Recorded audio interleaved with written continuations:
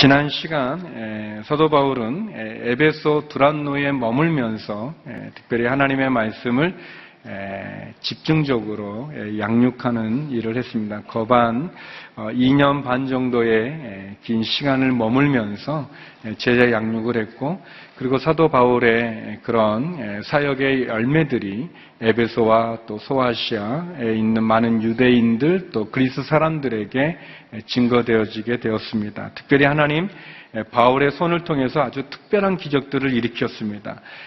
바울의 몸에 닿은 손수건, 앞치마, 그것을 가져다가 환자들에게 대기만 해도 환자들의 병이 낫기도 하고 또 악한 영들, 귀신이 떠나가는 그런 일들이 일어나게 됐었습니다.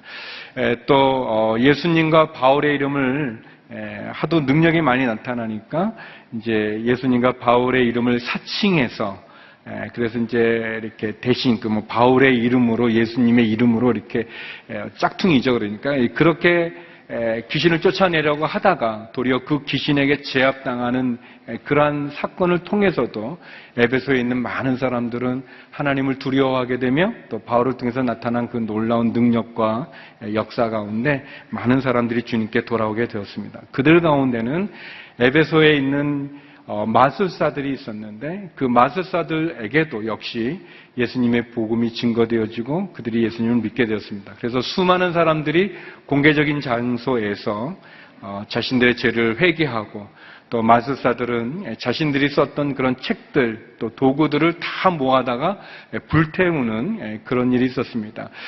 그 불태웠던 서적들, 그런 도구들을 계산해 보니까 5만 드라크마라고 되어 있는데, 한 드라크마가 하루의 품삯이라고 합니다. 그러니까 한 사람이 계산해 보면 한 사람이 137년을 일해야 되는 그 돈, 그렇게 엄청난 돈을 사람들이 그 우상에 관련된 것들을 불태우면서 에베소에 큰 영적인 부흥이 일어나게 됐습니다. 오늘 본문은 이런 배경을 가지고 있습니다. 저는 이런 배경 속에서 세 가지를 여러분과 좀 나누고자 합니다. 시간이 좀 지나서 약간 빨리 하도록 하겠습니다. 첫 번째는 로마도 보아야 하리라는 것입니다. 로마도 보아야 하리라. 이 말은 바울이 에베소에서 큰 부흥과 역사가 일어났지만, 그러나 바울이 하나님에게 받은 소명과 비전을 따라서 그 에베소의 큰 부흥의 역사, 그 자기를 통해서 나타나는 놀라운 기적과 그런 많은 사람들에게 큰 영향을 주는 그런 거에 안주하지 않고 그는 로마로 가는 계획을 하나님께 고백하고 있습니다. 우리 사도행전 19장 21절 말씀인데요. 같이 한번 읽어보겠습니다. 같이 함께 읽겠습니다. 시작. 이런 모든 일이 일어난 뒤 바울은 마케도니아와 아가야 지방을 거쳐 예루살렘으로 가기로 결심하고, 내가 예루살렘을 방문한 후에 반드시 로마도 꼭 볼 것이다 라고 말했습니다. 바울은 제자들에게, 사람들에게 에베소에 큰 부흥도 있지만 거기에 안주하지 않고 나는 예루살렘을 거쳐서 로마로 꼭 봐야겠습니다. 로마를 꼭 볼 것입니다 라고 얘기하고 있습니다. 여기 꼭 볼 것이다 라는 말을 저희 목회자들 가운데 신학 목사님이 계시는데, 그분의 설명에 의하면 여기 꼭 볼 것이다 라는 이 말의 헬라어의 원문을 보면 데이라는 그런 조동사를 쓰는데, 이 동사는 하나님이 정하셨기 때문에 반드시 이루어져야 된다. 또 하나님이 결정하신 뜻이기 때문에 그것은 반드시 이루어질 수밖에 없다라는 그런 강한 그런 의미를 포함하고 있다고 합니다. 신학적인 용어로 신적 필연성이다. 하나님이 정했기 때문에 반드시 이루어지고 하나님이 결정하셨기 때문에 반드시 이루어질 수밖에 없다는 그런 단어라고 설명해 주셨어요. 사도 바울은 로마를 보아야 한다라고 이렇게 얘기하고 있습니다.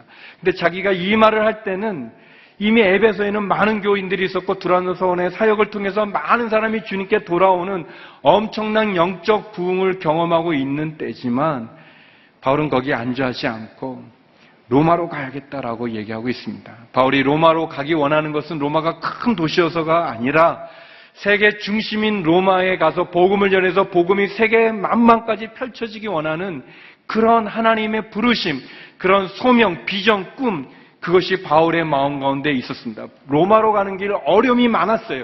그는 예루살렘에 가서 잡혀야 됐었고 또 로마로 갈 때 제수의 몸으로 갈 수밖에 없었지만 그러나 포기하지 않는 그 바울의 마음에 타오르는 로마가 있었습니다. 사도행전 23장 21절에도 보면 주님께서 신문 그 감옥에 갇힌 바울에게 예루살렘에서 바울 곁에 서서 말씀하기를 담대하여라. 너가 예루살렘에서 나를 증거한 것처럼 로마에서도 나를 증거하여야 하리라 그렇게 얘기했어요. 또 배를 타고 갈 때는 그 유라굴레라는 풍랑을 만나서 어려움에 처했을 때도 사도행전 27장 24절에 보면 바울에게 말합니다. 두려워 마라. 너가 마땅히 가이사 앞에 서야 한다. 가이사는 한계를 말해요. 로마 앞에 서야 된다. 로마로 가야 된다라고 얘기하고 있습니다. 사랑하는 성도 여러분, 여러분의 로마는 어디입니까? 여러분에게는 로마가 있으신지요? 사도 바울은 안주할 수 있고 머물 수 있는데 그렇게 하지 않고 하나님이 그의 마음에 주는 타오르는 비록 고난과 박해와 심지어 죽음이 기다릴 수 있는 그 로마로 가겠다고 그는 이야기하고 있습니다. 여러분에게 이러한 사명이 있는지 비전이 있는지 모르겠습니다. 하나님의 뜻이 있는지 모르겠습니다. 하나님이 여러분에게 주신 로마 멈출 수 없고 포기할 수 없고 중단할 수 없고 그리고 뒤로 물러설 수 없는 하나님이 정하셨기 때문에 반드시 이루어야 되고 하나님이 결정하셨기 때문에 반드시 이루어질 수밖에 없는 그런 로마가 여러분의 마음 가운데 있는지 모르겠습니다. 여러분의 마음에 이 사도 바울과 같이 이렇게 타오르는 열정의 그러한 사명이 있습니까? 아니면 여러분 그냥 아무 생각 없이 그냥 있습니까? 목사님 그냥 사는 게 힘들고 하루하루 그냥 보내는 게 좋지 뭘 또 이렇게 로마 얘기하십니까? 그러지 마십시오. 그런 건 뭐 청소년들이나 하는 거지. 아닙니다. 하나님 앞에 청소년이 어디 있고 어른이 어디 있습니까? 하나님 앞에 건강한 사람, 몸이 아픈 사람이 어디 있습니까? 하나님이 주신 사명이라면 그것은 반드시 이루어야 될 것입니다. 그거를 위해서 여러분의 마음이 불타오르는 열정이 있기를 주의 이름으로 축원합니다. 만약 그 로마가 없는 사람이라면 그 로마를 찾으십시오. 하나님께 물으시고 하나님부터 받으십시오. 그리고 그것을 받은 분이 있다면, 그것이 있다면 여러분 현실에 아무리 어렵고 힘들다 할지라도 중단하지 마십시오. 포기하지 마십시오. 나가십시오. 내가 로마를 꼭 보아야 하리라. 그렇게 바울이 고백했던 것처럼 우리에게 주신 하나님의 그 사명을 향해서 비전을 향해서 나아가는 우리 모두가 되기를 바랍니다. 두 번째 오늘 본문에서 보는 것은 사람이 만든 신은 신이 아니다는 거예요. 사람이 만든 신은 신이 아니다. 에베소에서 이 두란노서원을 중심으로 사도 바울이 사역을 할 때 엄청난 부흥이, 영적 부흥이 일어나게 됐어요. 그래서 이 마술사들도 예수님을 믿고 그들의 모든 것들을 다 불태우기도 하고 많은 사람이 주님께 돌아오게 됐는데 에베소는 이 아데미 여신을 섬기는 특별히 이 아데미 여신의 신전이 굉장히 컸다고 합니다. 에베소 사람들의 이 자랑거리였는데 이 신전의 길이가 128m, 폭이 66m의 대지 위에 18m 높이의 기둥이 127개가 떠받들고 있는, 그러니까 쉽게 얘기해서 우리 큰 국제 규격의 이 큰 축구 경기장만한 그 엄청난 신전이 거기에 이렇게 서 있는 거예요. 이 에베소 사람들의 그런 자랑거리였고, 그 아데미 여신, 이 로마 신화에는 그 다이애나로 나오는데, 이 아데미 여신은 이 다산과 풍요의 신이었습니다. 그래서 이 여신의 어떤 형상인 모습을 보면 이 여자 이 가슴이 막 그냥 주렁주렁 달려있는 그런 모습을 하는 우상이에요. 근데 이 데메드리오라고 하는 이 은장색이라고 하는 은으로 이 여신의 모습을 만드는 거죠.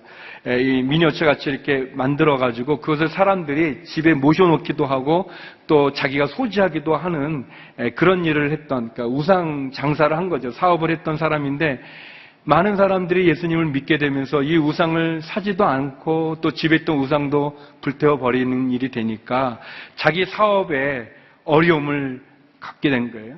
그래서 이 데메드리오라는 사람이 이 자기 이 분류에 있는 사람들, 직공들, 관련된 일꾼들을 모아서 충동질을 합니다. 이 바울을 쫓아내려고 하는 그런 일을 일으키죠. 그게 사도행전 19장 25절에서 27절 말씀인데 같이 한번 읽어보겠습니다. 25절에서 27절 같이 읽죠. 시작. 그가 직공들은 물론 이 일에 관련된 일꾼들을 불러 모아놓고 말했습니다. 여러분도 알다시피 우리가 이 사업으로 소득이 꽤 좋았습니다. 그런데 여러분도 보고 들은 대로 바울이라는 이 사람이 여기 에베소뿐 아니라 아시아 온 지방에서 사람이 만든 신은 신이 아니다라며 많은 사람들을 설득해 마음을 돌려놓고 있습니다.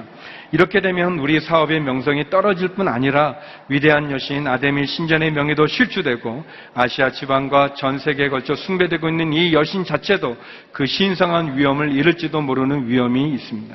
이 사람 아주 교묘한 거죠. 실제로는 자기의 수입이 줄어드는 것에 아주 흥분되어져서 하지만 사람들, 궁중들에게는 그런 자기의 어떤 경제적인 손실에 대한 얘기보다는 마치 아데미 신전의 명예를 실추시키고 또 이 아데미 여신에 대한 신성한 위엄을 존엄을 아주 이렇게 경시하는 그런 것처럼 위협받는 것처럼 사람들에게 얘기합니다. 그리고 이 사람의 이 발언을 통해서 많은 사람들이 흥분해서 우리의 이 아데미, 이 에베소 사람의 자랑이었던 이 아데미 여신을 모욕하다니 하면서 아데미 여신은 위대하다면서 한 2만여 명의 많은 사람들이 이 연극장으로 그 큰 운동장에 스타디움 같은 곳으로 그들이 들어가서 이렇게 소리 지르면서 바울을 잡으려고 하고 바울 대신 가이오와 아리스토가라는 바울의 동행하는 사람들을 끌어다가 막 흥분해서 그런 일을 하고 있습니다.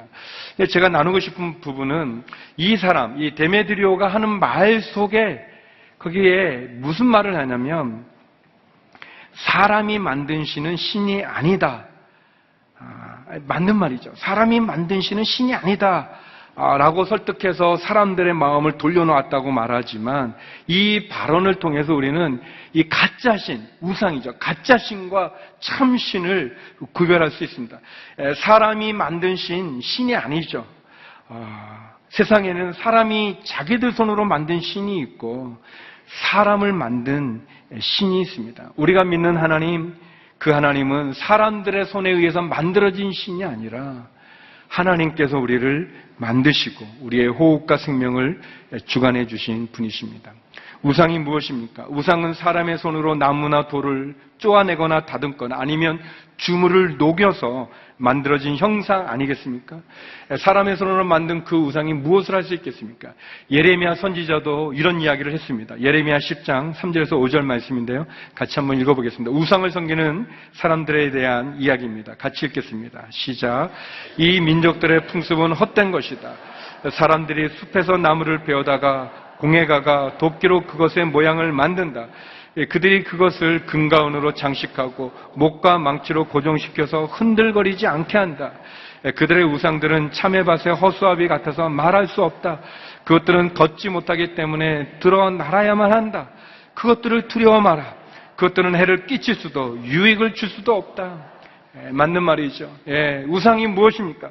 사람의 손으로 만든 금과 은으로 장식하고 목과 망치로 고정시켜서 흔들리지 않게 하고 말도 못하고 자기가 스스로 옮겨가지도 못해서 들어서 옮겨야 되는 그 우상이 어찌 우리를 축복할 수 있고 어찌 우리를 해악을 끼칠 수가 있겠습니까? 사람의 손으로 만든 신은 신이 아닙니다. 우상과 참 하나님의 차이는 무엇입니까? 사람이 만든 신이 우상이라면 사람을 지으신 신이 참 하나님이시죠. 인간의 도움을 받아야만 되는 신이 우상이라면 인간을 다스리고 도우시는 신이 참 하나님이십니다. 인간이 자기의 욕심을 채우기 위해서 이용하는 신이 우상이라면 인간을 통해서 영광을 받으시는 분이 참 하나님, 참 신이시죠. 제가 예전 대학생 때 이렇게 누구 이렇게 친구 이사를 한다고 그래가지고, 전도사, 교육전도사 때인데, 이렇게 친구 몇 명이 가서 이제 이사를 했었어요. 그때는 다 이렇게 이제 우리들이 나르는 때여가지고. 그래서 다 이제 힘이 드니까, 심해서 이제 안방에 이제 저희들이 이제 서로 이사간 집에 이제 새로 다 누웠어요. 제가 이렇게 누웠는데, 그 천장 중앙쯤에 뭐 이상한 게 붙어 있어요. 뭐 빨간 게. 보니까 부적이 거기 있는 거예요. 그래서 이제 뜯어가지고 이제 찢어서 버렸는데, 근데 그 전에 어떤 분이 거기 사셨는지 모르지만 너무 이상하지 않아요? 누워있는 위에 있는 거? 그 찝찝해서 그거 어떡합니까? 예. 제가 나온 고등학교는 축구를 잘하는 고등학교였어요. 근데 저희 1년 후배 중에 아주 굉장히 훌륭한 선수가 있었는데 그 친구를 전도하기 위해서 이렇게 같이 이렇게 몇 번 만나서 이렇게 했던 적이 있었어요. 근데 그 친구가, 그 후배가, 그 선수가 그러는 거예요. 너무 이제 저가 이제 고백을 하는 거예요. 어머니가 이 잘 되라고 이 팬티 안에다가 이렇게 실로 이렇게 해가지고 부적을 붙였다는 거예요. 그게 뭡니까? 그게 이렇게 뛸 때도 그 거울적거리고, 그 얼마나 안 좋아요? 불편하고.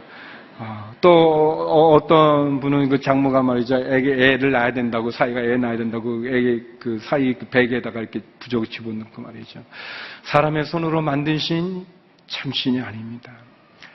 예레미야가 얘기하지 않습니까? 두려워하지 마라. 움직이지도 못하고 말도 못하는 헛사비 같은 신, 무서워 마라. 라고 얘기하고 있지 않습니까? 어찌 너희를 축복해 주겠냐 얘기하고 있습니다. 사랑하는 성도 여러분, 우리들 가운데 아직도 우상에 매여 있는 분이 있다면 그 우상을 깨뜨리십시오. 버리십시오. 끊으십시오. 사람이 만든 신은 참 신이 아닙니다. 사람을 지으신 하나님이 우리의 하나님이시지, 사람에 의해서 만들어진 것이 어찌 우리를 축복하고 어찌 우리를 위협하고 어찌 우리에게 해를 끼칠 수 있겠습니까?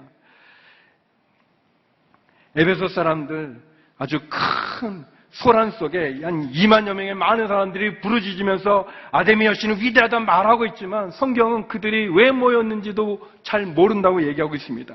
19장 32절에 보면 연극장 안에서 어떤 사람은 이 말하고 또 다른 사람은 저 말을 하고 통에 모인 곳은 아수라장이 됐습니다. 심지어 자기들이 왜 그곳에 모였는지 모르는 사람들도 대부분이었습니다. 그렇게 얘기하고 있어요. 왜 모였는지도 모르는 그것이 우상의 실체입니다. 사랑하는 성도 여러분, 사람의 손으로 만든 물건에 두려움을 갖지 마십시오. 절하지 마십시오. 거기에 매이지 마십시오. 살아계신 하나님, 영광을 받으시기에 합당하신 하나님, 우리를 지으신 하나님, 그 하나님에게 영광을 돌리는 저와 여러분 되기를 바랍니다. 마지막 세 번째는 하나님은 도움을 준비하신다는 거예요. 하나님은 도움을 준비하고 계십니다. 이 연극장, 굉장히 큰 연극장인데 그 연극장에 모인 사람들이 아데미 여신은 위대하다, 아데미 여신은 위대하다라고 2시간 동안이나 외쳐댔어요. 그러니까 그 얼마나 큰 소동이 일어난 겁니까?